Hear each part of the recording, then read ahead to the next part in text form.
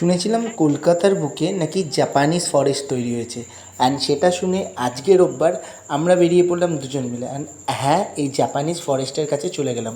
গিয়ে তো দেখি রীতিমতো একটা আজব জায়গা, একটা পার্ক, যে পার্কের গেটের মুখেই লেখা রয়েছে জাপানিজ ফরেস্ট। তোমরাও যদি চাও তোমরা খুব তাড়াতাড়ি এই পার্কটাতে ভিজিট করে আসতে পারো।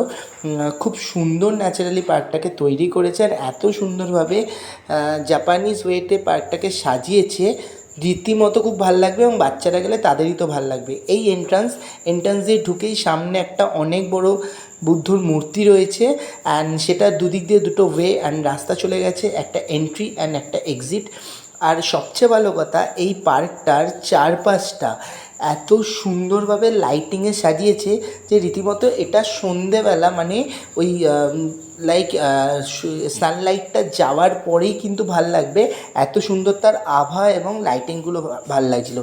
এই হলো এন্ট্রি। প্রথমেই বলেছিলাম যে একটা রাস্তা এন্ট্রি, একটা রাস্তা এক্সিট।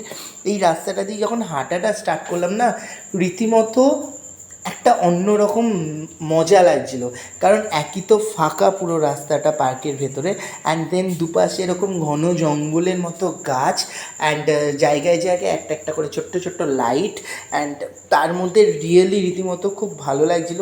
সামনে যেতে এরকম এক একটা জায়গায় এক এক রকম জিনিস তৈরি করা। প্রথমেই সেই যে আমরা ছোটোবেলা থেকে শুনি না, বুড়া মাত দেখো, বুড়া মাত বলো আর বুড়া মাত শুনো, সেরকম মূর্তি সাজানো রয়েছে, যেখানে প্রচুর মানুষ ছবি টবি তুলছে আর কি। তারা সেলফি তুলবে বলে দাঁড়িয়ে রয়েছে। তো আমরা সেখান থেকে আমাদের গন্তব্যের দিকে এগিয়ে গেলাম। আর দেন এই যে দূরে যে লাল বাড়িটা, আমরা ন্যাচারালি ওই ছবিটা দেখেই কিন্তু গেছি। আর এটা হলো কি সেই স্কেরি হাউস টাইপের বলতে পারো।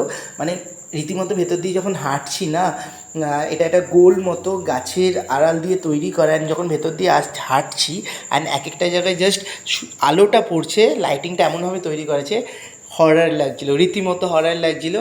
মানে বাট মানে ভেতরকার ওয়েদারটা রিয়েলি খুব ভালো লাগছিলো। দেন এটা আমাদের পেরোতে হবে, অ্যান্ড এটা যখন আমরা ক্রস করলাম এবং এটা যখন আমরা পেরোলাম, দেন বারবার না আমি ভিডিও করতে করতে চারপাশের জাস্ট অ্যাম্বিয়েন্সটাকে তুলে ধরার চেষ্টা করেছি। অ্যান্ড আলটিমেটলি এটা হলো গিয়ে সেই বাড়িটা, যে বাড়িটার ভেতর এখন আমাদের ঢুকতে হবে। মানে আলটিমেটলি এটাই আমাদের টার্গেট এবং এটাই আমাদের লক্ষ্য এই ফরেস্টটার ভেতরে। অ্যান্ড এটাতে ঢুকবো বলে ন্যাচারালি আমরা এটার দিকে এগিয়ে যেতে শুরু করলাম। বাড়িটা না অনেকটা ওই জাপানিজ ওয়েতে তৈরি। মানে জাপানে যেরকম ধরনের মনস্ট্রিগুলো বলো বা বাড়িগুলো তৈরি হয় না, পুরো অনেকটা ওরকম। ভেতরে যখন ঢুকলাম, চারপাশটা এমনভাবে কাঠের স্ট্রাকচারে তৈরি যে জাপানে কিন্তু দেখবে ম্যাক্সিমাম বাড়ি এরকম কাঠের স্ট্রাকচারেই তৈরি থাকে। তো এখানেও কিন্তু সেরকম কাঠের স্ট্রাকচারেই পুরো এই মনস্ট্রিটা তৈরি। অ্যান্ড পাশ দিয়ে এই যে রোলারগুলো রয়েছে, যে কোনো জায়গায় লাইক একটু যদি নর্থের দিকে যাই, আমরা এই রোলারগুলো দেখতে পারি যেখানে বুদ্ধিস্ট রয়েছে। তো এগুলো চারিদিকে লাগানো রয়েছে। অ্যান্ড আমি তো বাচ্চাদের মতো, মানে যেটা সবাই করে, আমি এটাতে এগুলোকে ঘোরাতে শুরু করে দিলাম। চন্দ্রিমা আসলো পরে, এগুলো রীতিমতো খুব ভালো লাগে। অ্যান্ড এগুলোর অনেক মিনিং আছে। যাই হোক, সেগুলো তোমরা সবাই জানো। আর এটা হলো কি সেই মেইন মনস্ট্রিটা, যেখানে যাওয়ার আগে আমি হয়তো আন্দাজ করতে পারছিলাম যে এর ভেতরে কী থাকতে পারে। আর যেহেতু এখানে লিখে দিয়েছে যে জুতো খুলে ভেতরে প্রবেশ করা যাবে। আর সত্যি কথা বলতে, এই যে জায়গাটা রয়েছে না, মানে এই যে পুরো বাড়িটা রয়েছে বা মনস্ট্রিটা রয়েছে, এটা কিন্তু পুরোটা একটা পুকুরের মধ্যে তৈরি করা। এটা কিন্তু মানে কোনো মাঠের মধ্যে তৈরি করা না। মানে আলটিমেটলি এর যে চারপাশটা না, এর চারপাশটা কিন্তু পুরো পুকুর একটা, অ্যান্ড সেই পুকুরের মধ্যেই এটা তৈরি করা। তো আমি একবার ভেতরে গেলাম, অ্যান্ড ভেতরে গিয়ে দেখার চেষ্টা করলাম কী আছে। অ্যান্ড বললাম না যে যেমন চিন্তাভাবনা তেমন কাজ, এবং আমি যেটা এক্সপেক্ট করেছিলাম সেটাই রয়েছে। ভেতরে একটা বুদ্ধের মূর্তি রয়েছে। হয়তো এটার কাজ এখনও পুরোপুরি কমপ্লিট হয়নি, বা এটাকে আরও অন্যরকমভাবে সাজাবে। তো দেখা যেতে পারে নেক্সট কী হতে পারে বা না হতে পারে। কিন্তু এই ভেতরটায় যখন ঢুকলাম, এই জায়গাটা থেকে এই যে চারপাশটা পুরো মঞ্চটা একটা আলাদাই মেজাজ আর আলাদাই রূপ লাগছে। সিরিয়াসলি খুব ভালো লাগছিলো। মানে এত সুন্দর লাগছিলো। আর কথায় বলে না, যে কোনো জিনিসের লাইটিংই তার শোভা, তার সৌন্দর্য, তার কারুকার্যকে বদলে দেয়। এই পুরো মঞ্চটার লাইটিং, তার কারুকার্য, তার শোভা, তার সৌন্দর্যটাকে রীতিমতো বদলে দিয়েছিল।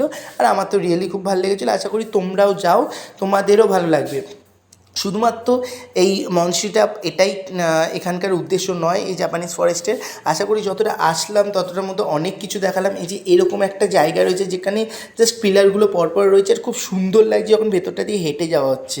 আবার দূর থেকে আরেকটা জায়গা দেখলাম, মানে এরমভাবেই পুরো পার্কটাকে কিছু না কিছু কারুকার্য করে কিছু না কিছু জিনিস দিয়ে পুরো পার্কটাকে তৈরি করা হয়েছে। অ্যান্ড এটাই ছিল আজকে আমাদের গন্তব্যস্থল জাপানিজ ফরেস্ট।